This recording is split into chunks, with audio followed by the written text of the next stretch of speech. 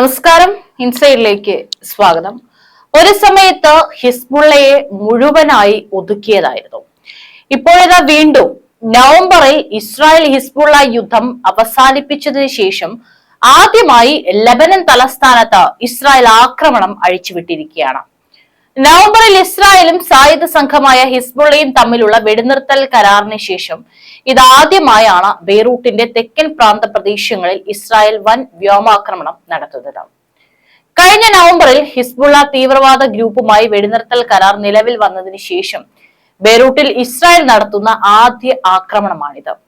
എന്നിരുന്നാലും അതിനുശേഷം ഇസ്രായേൽ തെക്കൻ ലെബനനിലെ ലക്ഷ്യങ്ങൾ മിക്കവാറും എല്ലാ ദിവസവും ആക്രമിച്ചിട്ടുണ്ട്.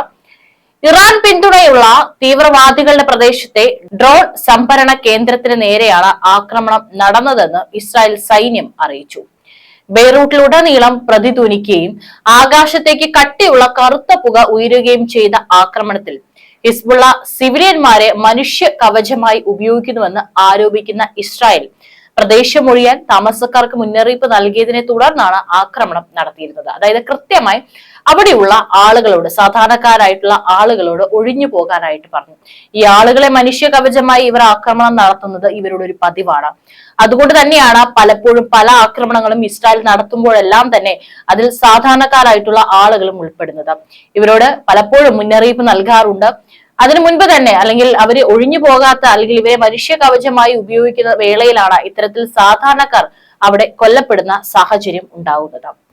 ഇസ്രായേൽ സൈന്യം പരിസര പ്രദേശങ്ങളെ ഒഴിപ്പിക്കാൻ ഉത്തരവിടുകയും കെട്ടിടത്തിന് നേരെ മുന്നറിയിപ്പ് വെടിവയ്പ്പുകളുമായി 3 ചെറിയ ഡ്രോൺ ആക്രമണങ്ങൾ നടത്തുകയും ചെയ്തതായി സുരക്ഷാ വൃത്തങ്ങൾ വാർത്താ ഏജൻസിയായ റോയിട്ടേഴ്സിനോട് അടക്കം പറഞ്ഞിട്ടുണ്ട്. ഒഴിപ്പിക്കൽ ഉത്തരവിനെ തുടർന്ന് പരിഭ്രാന്തരായി താമസക്കാർ ഓടിപ്പോകുന്നതും കാറിലും കാൽനടയായും രക്ഷപ്പെടാൻ ഓടുന്നതും വെടിവയ്പ്പുകളും കേട്ടതായി ദൃക്സാക്ഷികളും പറയുന്നു. പ്രദേശത്തെ എല്ലാ സ്കൂളുകളും സർവകലാശാലകളും ഇന്ന് അടച്ചിടാൻ ലെബനൻ സർക്കാർ ഉത്തരവിട്ടു. ഹദത്തിലെ ലക്ഷ്യമിട്ട കെട്ടിടം ഇറാനിയൻ പിന്തുണയുള്ള ഗ്രൂപ്പിന്റേതാണെന്നും അവിടെ അവർ ആയുധങ്ങൾ സൂക്ഷിച്ചിരുന്നതായും ഇസ്രായേൽ സൈന്യം അവകാശപ്പെട്ടു. അതിന്റെ അടിസ്ഥാനത്തിലാണ് അവിടെ ആക്രമണം നടത്തിയിരിക്കുന്നത്. ലെബനൻ എന്ന വടക്കൻ ഇസ്രായേലിലേക്ക് നടത്തിയ ആക്രമണങ്ങൾക്കുള്ള പ്രതികാരമായാണ് ആക്രമണം നടത്തിയതെന്നും സൈന്യം പറഞ്ഞു.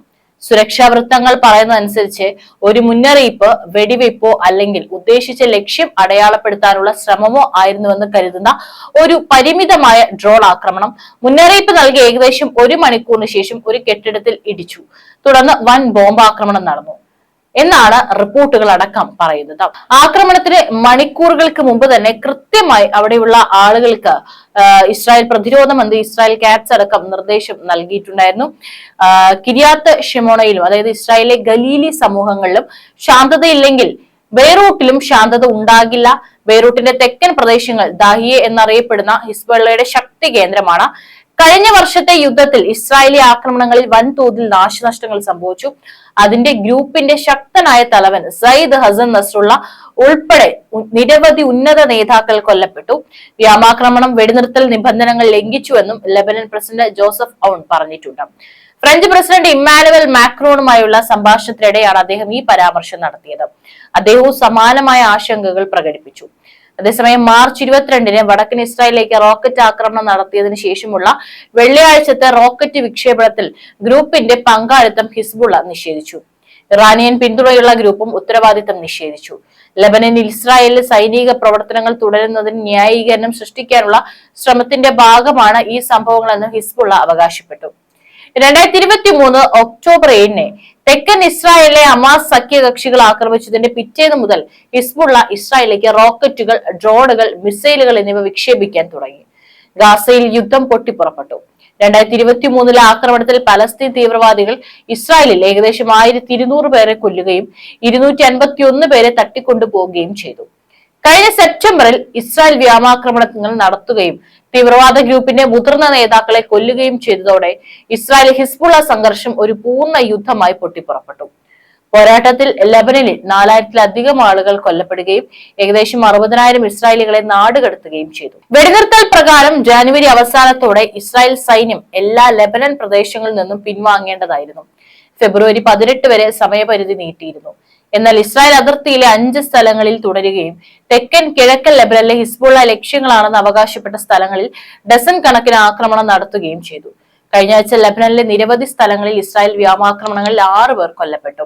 ഫ്രാൻസും യുഎസും സ്പോൺസർ ചെയ്ത കരാറിന്റെ ഇസ്രായേൽ ലംഘനങ്ങളുടെ തുടർച്ചയാണ് ബെയ്റൂട്ട് ഏരിയ ആക്രമണമെന്ന് പാരീസിൽ സംസാരിച്ച ലെബനൻ പ്രസിഡന്റ് ജോസഫ് ഔൺ പറഞ്ഞു.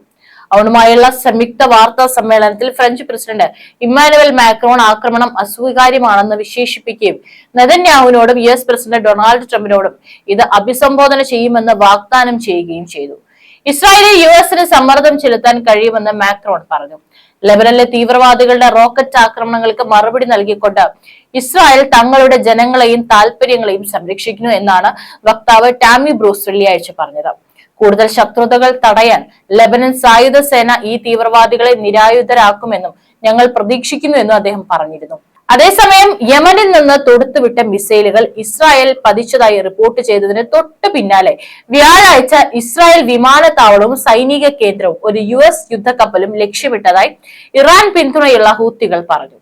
ടെലവീവിന് തെക്ക് ബെൻ ഗൂരിയോൺ വിമാനത്താവളം ലക്ഷ്യമാക്കി ഒരു ബാലിസ്റ്റിക് മിസൈലും ഒരു സൈനിക ലക്ഷ്യവും ഹൂത്തികൾ ലക്ഷ്യമിട്ടതായി അവരുടെ സൈനിക വക്താവ് യഹിയ സാരി പറഞ്ഞു.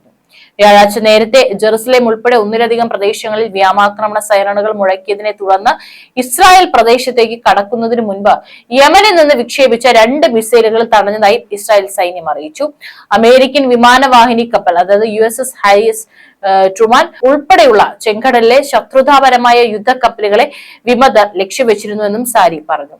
നമ്മുടെ രാജ്യത്തിനെതിരെ തുടരുന്ന US ആക്രമണത്തിലുള്ള പ്രതികാരമായിട്ടാണ് ഇത് അദ്ദേഹം പറഞ്ഞത്. മാർച്ച് 15-ന് ഹൂത്തികൾക്കെതിരെ വ്യോമാക്രമണം ഉൾപ്പെടുന്ന ഒരു വലിയ തോതിലുള്ള ഓപ്പറേഷൻ എന്ന് സെൻട്രൽ കമാൻഡ് വിളിച്ചതായി അമേരിക്ക ആരോപിച്ചു. ഗാസ യുദ്ധത്തിന്റെ പേരിൽ വിമതർ വീണ്ടും ആക്രമണം നടത്തുമെന്നും ഭീഷണിപ്പെടുത്തിയതിനെ തുടർന്ന് ചെങ്കടലിലെയും ഏദൻ ഉൾക്കടലിലെയും പ്രധാന ഷിപ്പിംഗ് റൂട്ടുകളിലെ കപ്പലുകൾക്ക് നേരെ വെടിവയ്പ് നിർത്തുന്നതുവരെ അമിതമായ ശക്തി പ്രയോഗിക്കുമെന്നും വാഷിംഗ്ടൺ പ്രതിജ്ഞയെടുത്തു. തങ്ങളുടെ നിയന്ത്രണത്തിലുള്ള പ്രദേശങ്ങളിൽ ദിവസേന US വ്യോമാക്രമണം നടത്തുന്നതായി ഹൂത്തികൾ റിപ്പോർട്ട് ചെയ്തിട്ടുണ്ട്. 2 പേർ കൊല്ലപ്പെട്ടതായി റിബൽസ് പറയുന്നു. വ്യാഴാഴ്ച നേരത്തെ വിമത നിയന്ത്രണങ്ങളിലുള്ള തലസ്ഥാനമായ സനായ്ക്കടുത്ത് രാത്രിയിൽ നടന്ന വ്യോമാക്രമണങ്ങളിൽ 2 പേർ കൊല്ലപ്പെട്ടതായി വിമതർ പറഞ്ഞിരുന്നു. ഇതിന് അമേരിക്കയാണ് ഉത്തരവാദിയെന്നും അവർ ആരോപിച്ചിരുന്നു. തലസ്ഥാനത്തിന്റെ വടക്കും തെക്കും സന ഗവർണറേറ്റിൽ ഏകദേശം 20 ആക്രമണങ്ങൾ നടന്നതായി ഹൂത്തികളുടെ അൽ മസീറ TV ചാനൽ റിപ്പോർട്ട് ചെയ്തു. അമേരിക്കൻ ആക്രമണത്തിൽ 2 പേർ കൊല്ലപ്പെടുകയും 2 പേർക്ക് പരിക്കേൽക്കുകയും ചെയ്തിരുന്നു. ഹൂത്തികളുടെ നിയന്ത്രണത്തിലുള്ള ആരോഗ്യ മന്ത്രാലയത്തിന്റെ വക്താവ് അനീസ് അൽ അസ്ബാഹി സോഷ്യൽ മീഡിയ പ്ലാറ്റ്ഫോമായ എക്സിൽ പറഞ്ഞു. ഇറാൻ പിന്തുണയുള്ള വിമതരുടെ വടക്കൻ ശക്തി കേന്ദ്രമായ സാദയിൽ വ്യാഴാഴ്ച പുലർച്ചെ ആക്രമണങ്ങൾ നടന്നതായി അൽ മസീറ റിപ്പോർട്ട് ചെയ്തു. ഹൂത്തി മാധ്യമങ്ങൾ കഴിഞ്ഞ ദിവസം 17 തവണ ആക്രമണം നടത്തിയതായും പറഞ്ഞു.